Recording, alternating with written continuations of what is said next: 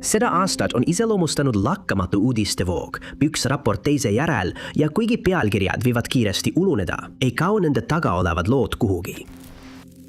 Number 10. 31-aastane Connor Anders on Marshi kliendijuht.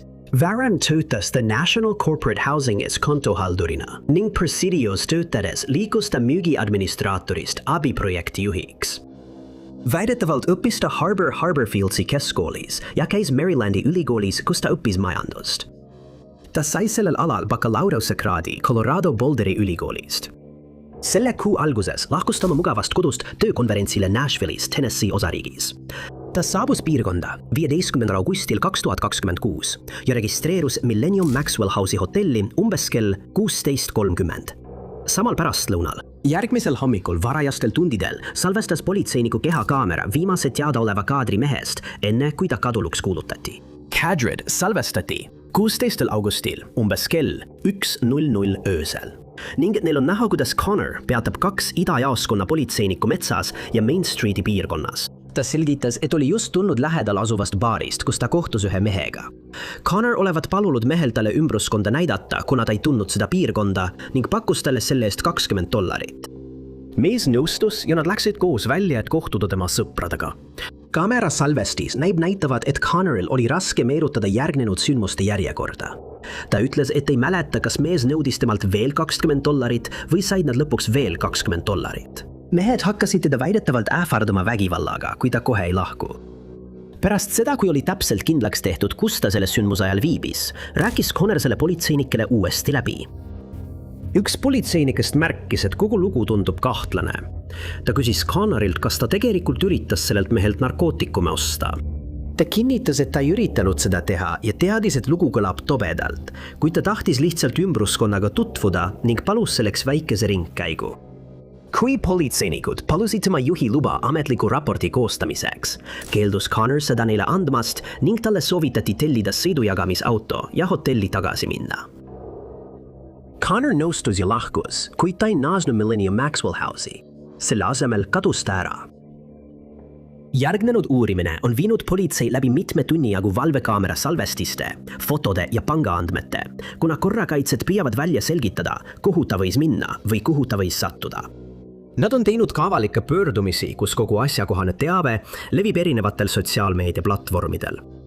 Connor Anders on 31 aastat vana. Ta on keskmise kehaehitusega valgenahaline mees. Tal on pruunid juuksed ja sinised silmad. Koos teabega avaldatud kehakaamera salvestis näitab meest, kes kannab avarat halli T-särki. Ja teede Connor Andersoni asukoha kohta võib suunata Metropolitan Nashville'i politseiosakonda numbril 615 86 28 600. 9. See oli selle aasta 6. juunil. Kui Omaanile kuuluvates territoriaalvetes Araabia poolsaarel Lääne-Aasias hakkas hargnema järjekordne suur meretragöödia. Tundmatu juhtun leidis aset 900-lase toornafta tankeri Caroline Bzengi pardal, mis arvatakse olevat osa Venemaa poolt kasutatavast varilaevastikust. Laev vedas umbes 800 000 barrelit naftat, kui see väidetavalt sattus tundmatu viisil rünnaku alla. Väidetavalt teatas tanker sel kuupäeval plahvatusest Jeemeni lähistel, mille tõttu pardal viibinud inimesed laeva hülgasid. Plahvatuse põhjus on endiselt teadmata. Mõni päev hiljem, 21. juunil, jooksis kaptenita laev Al-Giblia saare lähedal madalikule, paisates ümbritsevatesse vetesse suure hulga naftat. See oli alguspunktiks sellele, mis kujunes suureks keskkonnakatastroofiks. Lämmatav must mass kattis suure osa kaitstud vetest, mõjutades mereelustikku. Juulikuu jooksul paistis olukord kas väga vähe või üldse mitte avalikkuse tähelepanu pälvivat ning on alles hiljuti jõudnud uudiste pealkirjadesse. Kahjustatud tanker jäi hätta ning juuli lõpuks avastati esimene õlilaik, mis kattis mitte rohkem kui 45 ruutkilomeetrit.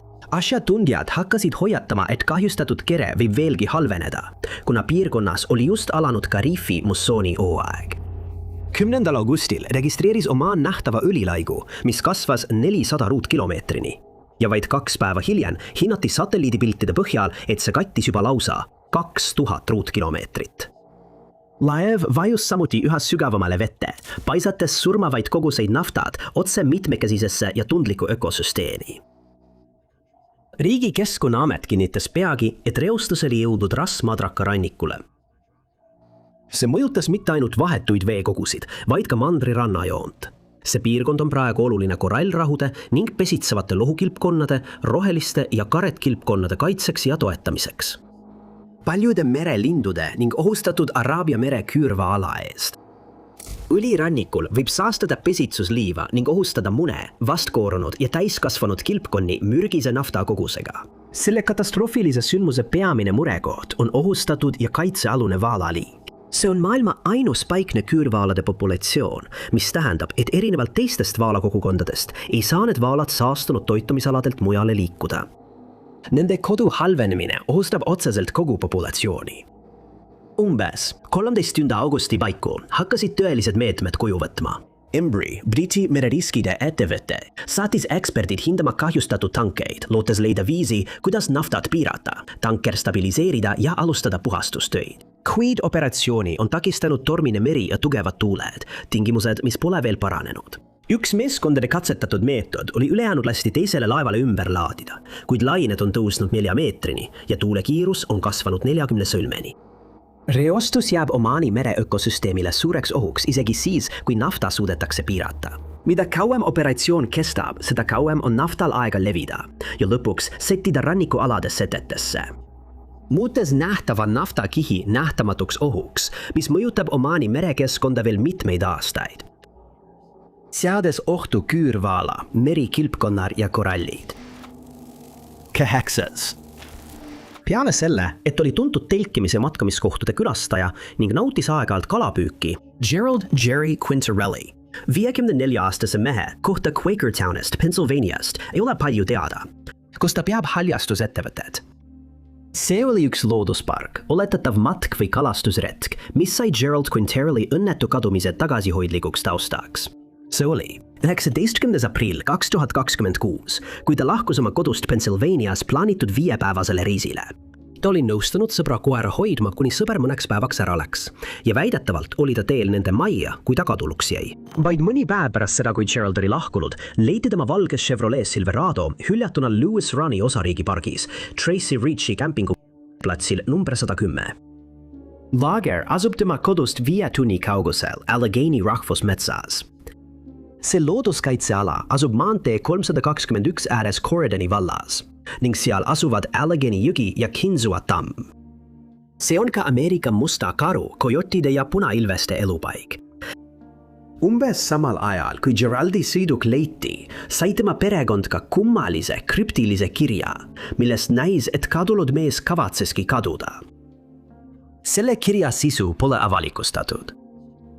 Tracy Ritchie telkimisala ja ümbritsevate metsade põhjalik otsing on läbi viidud, kuid uurijad pole seni leidnud ühtegi täiendavat vihjet, mis viitaks tema asukohale. See kummaline juhtum on üle ujutanud paljud kadunud isikute foorumid ja sotsiaalmeedia leheküljed, kuid olulisi vihjeid pole laekunud. Lähedased on märkinud, et tõenäoliselt liigub Gerard nüüd jalgsi ja võib piirkonnas matkata või telkida, kuigi on ka võimalus, et ta võis olla mõne tundmatu isiku poolt peale võetud. Õiguskaitseorganid paluvad avalikkusel kontrollida oma rajakaameraid, laagriplatse, eraldatud metsaseid alasid, parkimisalasid ja kõiki hiljutisi pardakaamera salvestisi. Kadunud meest on kirjeldatud kui valgenahalist meest, kellel on hallid juuksed ja sinised silmad. Ta on 6 jalga ja 1 tolli pikk ning kaalub umbes 250 naela. Kadumise ajal kandis Gerald kitsehabed, kuid tal võis olla ka täisvuntsid ja habe. Tiivet selle kadunud isiku juhtumi kohta saab edastada Richlandi valla politsei osakonnale numbril 215 536 9500. Asutuse juhtumi number on märgitud kui 5926 0254 7, number 7. Sõda privaatsuse vastu on kestnud juba kaua ning iga mööduva aastaga tugevnevad mured massilise jälgimise pärast. Meie tehnoloogilisel ajastul ja infoajastul on uued ja täiustatud arengud jätnud ühiskonnale tunde, et neid jälgitakse pidevalt. Miski pole privaatne ja miski pole püha. Rahutus kasvab, kui tehnoloogia areneb kiiresti edasi, muutes inimestel oma isikuandmete kaitsmise üha raskemaks. Tehisintellekt on neid muresid ainult oluliselt süvendanud. Valitsuse vajadus kõike teada koos tehnoloogia ja tehisintellekti seguga on loonud potentsiaalselt katastroofilise kombinatsiooni. See kombinatsioon on avaldunud Flock Safety kaameratena, automaatne numbrituvastussysteem ja sõidukite jälgimissüsteem, mida kasutavad õiguskaitseorganid ja ettevõtted, et koguda mööduvate autode kohta üksikasjalikke andmeid. Need süsteemid, mis tuginevad tehisintellektil põhinevale pindituvastusele ja automaatsele analüüsile, salvestavad numbrimärgid, margi, mudeli, värvi ja isegi unikaalsed tunnused nagu mõlgid ja kaitseraua kleepsud. Põhimõtteliselt toimivad need kaamerad nagu sõiduki sõrmejälg, jälgides iga mööduva sõiduki liikumist.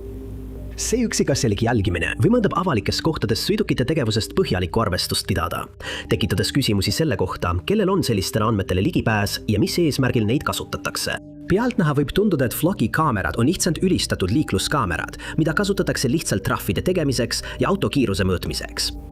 Süsteem on aga palju keerulisem kui see.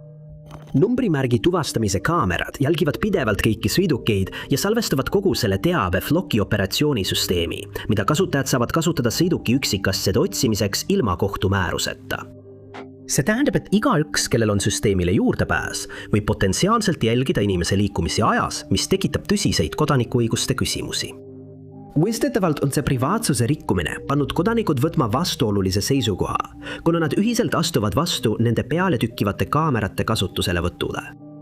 Kuigi üldine jälgimine võib tunduda vajalik samm kuritegevuse tõkestamiseks, leidub suur osa sellest kuritegevusest just nende jõudude seas, kes neid süsteeme kasutavad. Flocki kaamerate skandaal 2026 aastal sai tuntuks pärast seda, kui avastati, et mitmed politseinikud kuritarvitasid neid süsteeme isiklikel eesmärkidel, näiteks jälitades oma praeguseid või endisi romantilisi partnereid, et teada saada, kus nad viibivad ja mida nad teevad. Süsteemi kasutati ka võõraste jälitamiseks. Praegu on selle eest arreteeritud ametnike arv umbes 5, kui nimekiri kasvab jätkuvalt. Pärast seda on vaidlus kasvanud lausa tänavaprotestideks, kui inimesed vastuseisuks tänavatele tulid.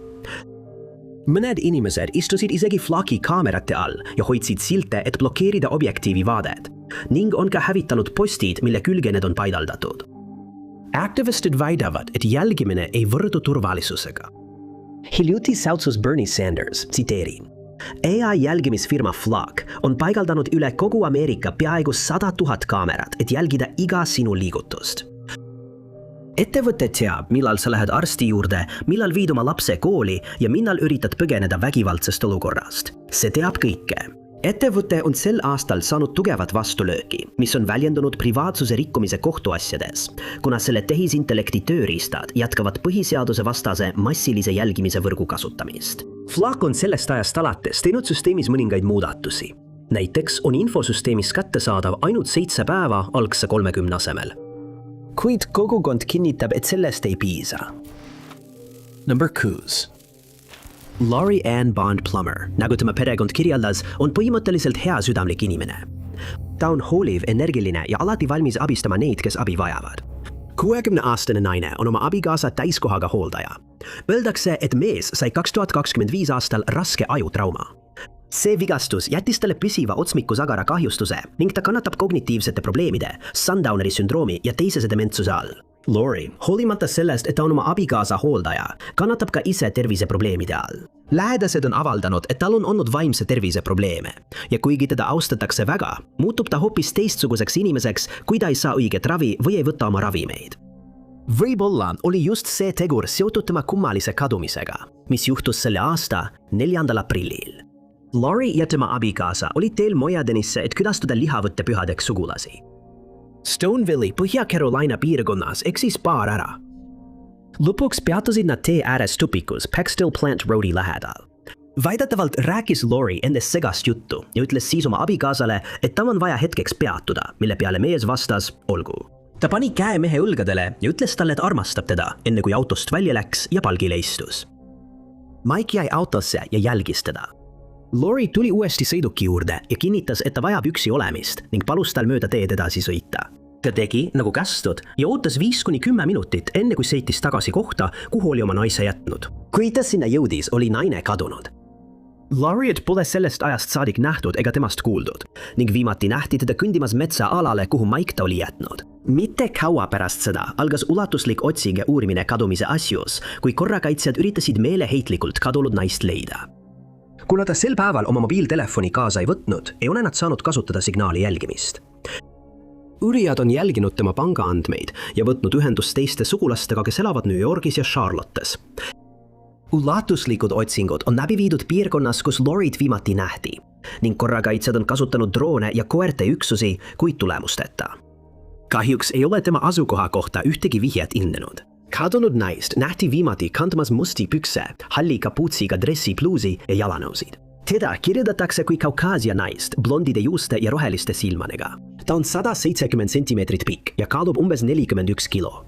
Tevet Lori Ann Bonsi Plummery. Kadumise kohta saab edastada Rockinghami maakonna šerifi büroole numbril 336 634 3232. Uurimine on hetkel aktiivne ja käimas. Number 5. 15. augustil 2026. Itaalia linn Messina, Sitsiilias sai ühe viimase aja olulisima kunstivarguse sündmuspaigaks. Ja see viidi läbi Sitsiilia kõige olulisemate ja laialdasemalt tähistatavate rahvuslike suvepühade taustal. See ühendab Rooma Fieri Augusti festivali katoliiklaste Neitsi Maarja taeva minemise pühaga. Selle jultunud kuriteo toimumispaigaks oli Messina regionaalmuuseum ja sihtmärgiks renessansi ajastu maalikunstnik Antonello da Messina. Vargad viisid endaga kaasa 4 Antonello teost, millele omistatakse renessansi portreekunsti murranguline uuendamine, flaamirealismi ja Itaalia ülimaani tehnikate abil. Messina kultuurinõunik Enzo Caruso kommenteeris, et Messina on ilma nende kunstiteosteta ilma jäetud selle maalikunstniku olemusest, keda peetakse Euroopa renessansi suurimaks kunstnikuks. Seda vargust on nimetatud kunstimaailma kõige olulisemaks ja tähelepanuväärsemaks rööviks. Ja see juhtus vaid mõned päevad enne, kui eelmise kunstiröövi maalid saadi tagasi. Prantsuse maistrite teosed Pierre-Auguste Renoir, Henri Matisse ja Paul Cézanne. Selle sündmuse õhtul, umbes kell 10 õhtul, 3 maskeeritud isikud lähenesid Messina regionaalmuuseumile ja rikkusid külgvärava sissepääsu lähedal asuvat perimeetri piiret, mis näis olevat läbi lõigatud või painutatud. Seejärel murti lahti väline uks ja kõik 3 varast suundusid otse ruumidesse, kus olid Antonello teosed. Järgneva mitme minuti jooksul eemaldasid nad San Gregorio polüptühooni 5 säilinud puidust paneeli, altarimaali, mis pärineb aastast 1473. 2 ülemist paneeli kujutasid kuulutust Neitsi Maarjale. Keskmisel paneelil oli troonil istuv Madonna lapsega ning ülejäänud kujutasid püha Gregoriust ja püha Benediktust. Seda peetakse Sitsiilia renessansi meistri teoseks ning see on ainus selle kunstniku töö, mis pole kunagi tema kodulinnast lahkunud. Teine kunstiteos, väiksem 2-poolne paneel, eemaldati samuti turvalisest vitriinist. See teos kujutab Neitsi Maarjat ja last koos frantsiskaani mungaga ning Kristuse kujutist Pietà stseenis. 2 polüptühooni paneeli leiti muuseumi juures olevalt madalalt müürilt hüljatuna, kuid 70–80 miljoni euro väärtuses kunsti on endiselt kadunud. Järgnenud uurimine viis järelduseni, et selle varguse sooritasid professionaalid. Nad suutsid mööda hiilida kõigist turvameetmetest, sealhulgas valvuritest ja keerukatest häiresüsteemidest. Kõik hoones olevad turvakaamerad töötasid tol hetkel, kuid ükski neist ei jäädvustanud süüdlaste nägusid. Prokurörid usuvad, et vargus võib olla seotud musta turuga, kuid nad pole seda teooriat veel kinnitanud. Praegu tehakse ulatuslikke küsitlusi ning uurijad keskenduvad muuseumi töötajatele, püüdes välja selgitada, kuidas kurjategijad suutsid turvatöötajatest ja muudest keerukatest meetmetest mööda hiilida. Number 4.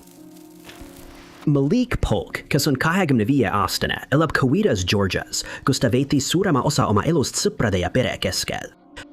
Tema, Emma Sharita Hampton, kirjutab oma poega kui intelligentset inimest, kes on alati näidanud suurt potentsiaali. Ta on kaastundlik ja edurõõmus, alati valmis teisi aitama ja positiivset mõju avaldama. Malik armastas arvuteid ehitada ja kõiki naerma ajada. Ta oli ka uhke Phi Beta Sigma vennaskonna liige, mis tähendas talle palju ja võimaldas tal suhelda teistega, kes jagasid tema kirgi. Viimati nähti teda lähedaste poolt 17. mail 2026 Coweta, Georgia piirkonnas.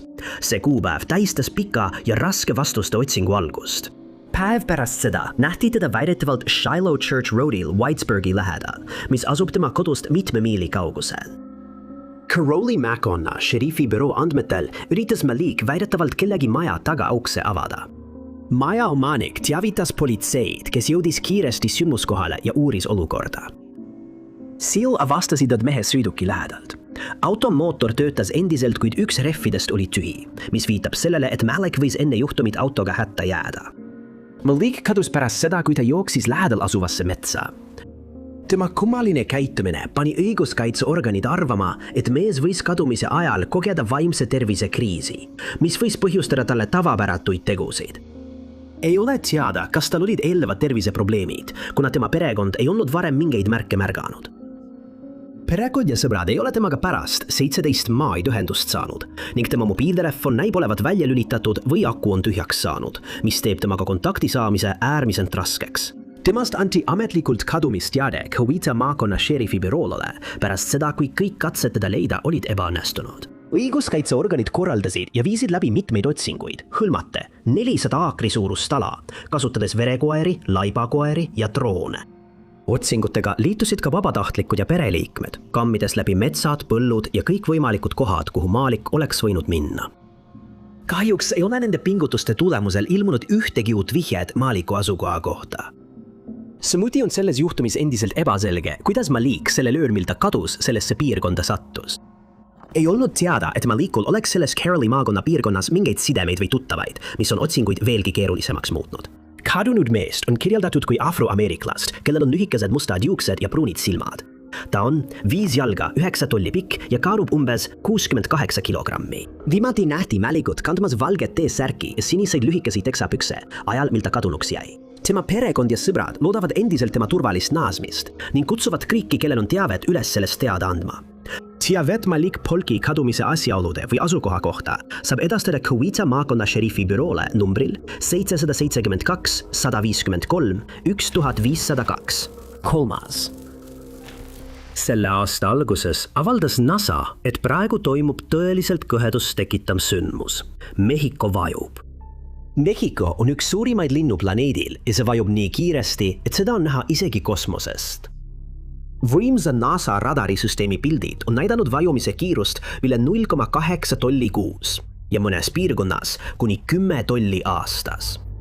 See vastus on andnud sellele maailma kõige kiiremini vajuva pealinna tiitli.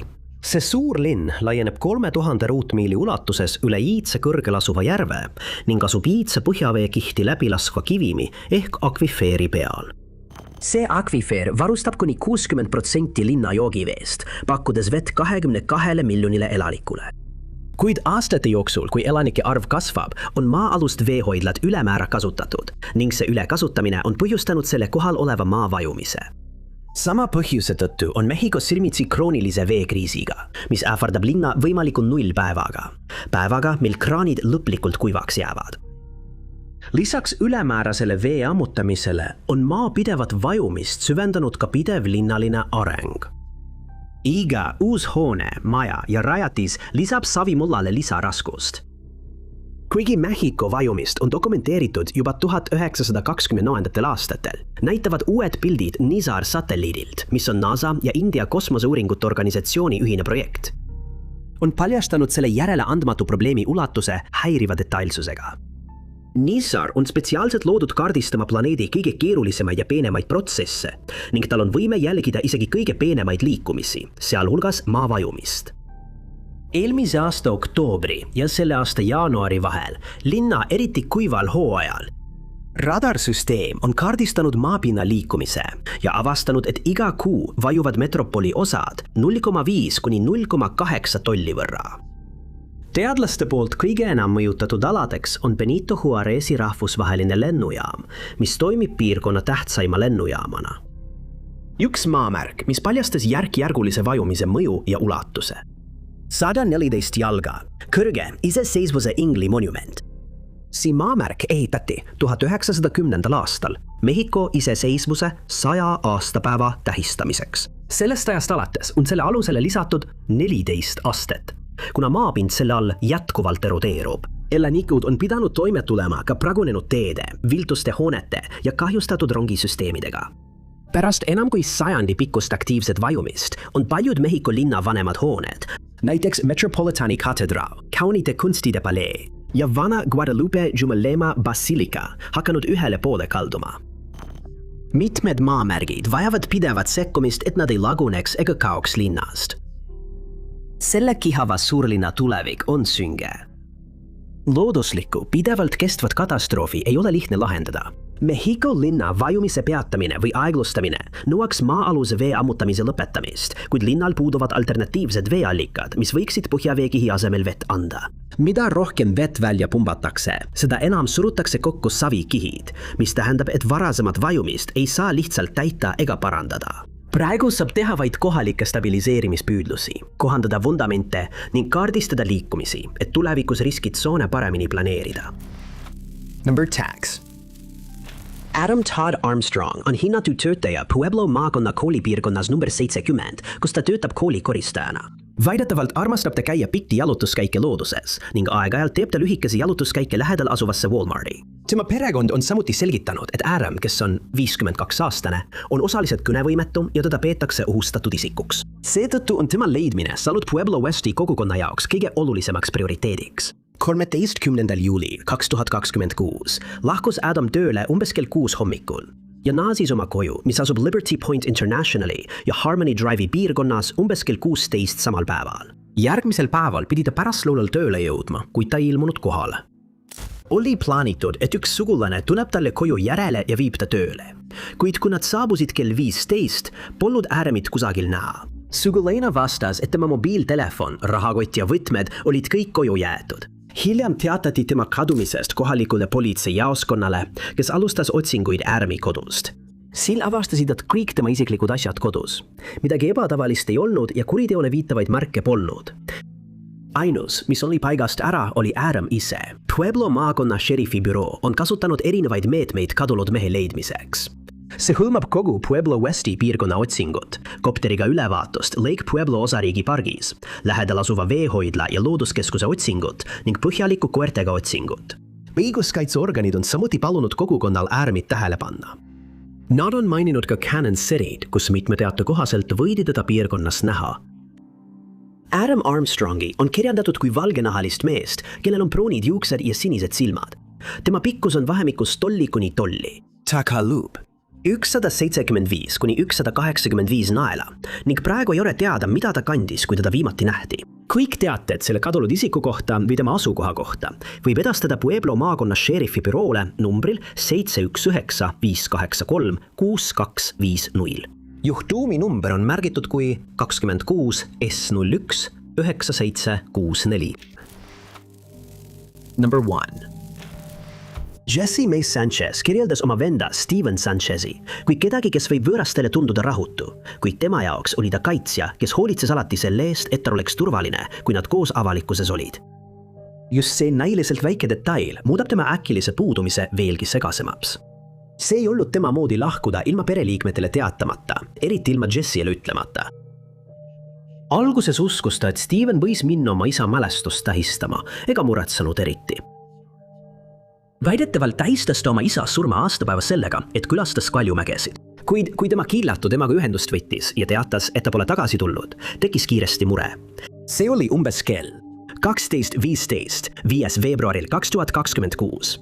Kui Steven, Lääne-Wyomingi kolledži üliõpilane, kes õppis keevitusprogrammis, nähti viimati lahkumas Lääne-Wyomingi kogukonna kolledžist Rock Springsis.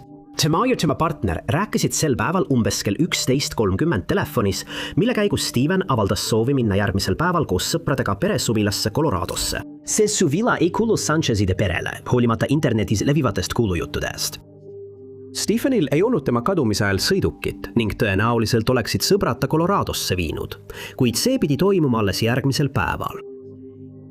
29-aastane ei tulnud sel õhtul koju ega ole sellest ajast saadik nähtud. Keegi ei märganud tema käitumises midagi ebatavalist enne tema kadumist. Jesse kirjeldas teda täiesti endisena, öeldes, et ta on inimene, kes räägib palju. Ta leidis selle omaduse sageli eriti tüütuna, kuid nüüd on see üks asi, millest ta kõige rohkem puudust tunneb. Jesse ja ülejäänud pere tahavad lihtsalt, et Steven tagasi tuleks. Ta kuulutati ametlikult kadunuks 6. veebruari hommikul, mis käivitas kohese uurimise. Võimud üritasid esmalt kadunud mehe telefoni asukohta tuvastada, kuid seade oli kas välja lülitatud või oli selle aku tühjaks saanud. Kui info selle sündmuse kohta hakkas levima, sai politsei mitu vihjet, et Stevenit nähti ronimas valgesse 4-ukselisse sedaani, millel oli must põrkeraud. Neid vihjeid ei kinnitatud kunagi. Koolilinnakus, kus Stevenit viimati nähti, on hiljem läbi viidud otsinguid, kuid uusi vihjeid pole leitud.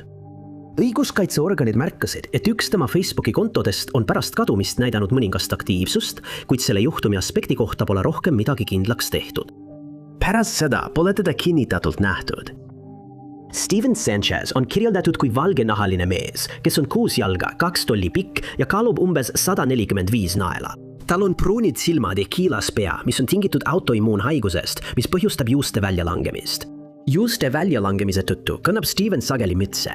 Temast avaldatud piltidel, mis on seotud tema kadumise kirjelduse ja asjaoludega, on näha, et tal on kõrvarõngad, mis viitavad sellele, et tema kõrvad on augustatud. Teadaolevalt nähti Stevenit viimati kandmas rohelist dressipluusi ja pruune pükse. Tevet tema asukoha kohta saab edastada Rock Springsi politsei osakonnale numbril 307 352 6575. Tema juhtumi number on märgitud kui R26 R26 0222. Suur tänu, et vaatasite. Kui see video teile meeldis, vajutage kindlasti meeldib nuppu. Ärge unustage ka tellida ja vajutada teavituskella, et olla kursis kõigi meie tulevaste üleslaadimistega. Minu nimi on Tai Nats ja kohtume järgmises videos.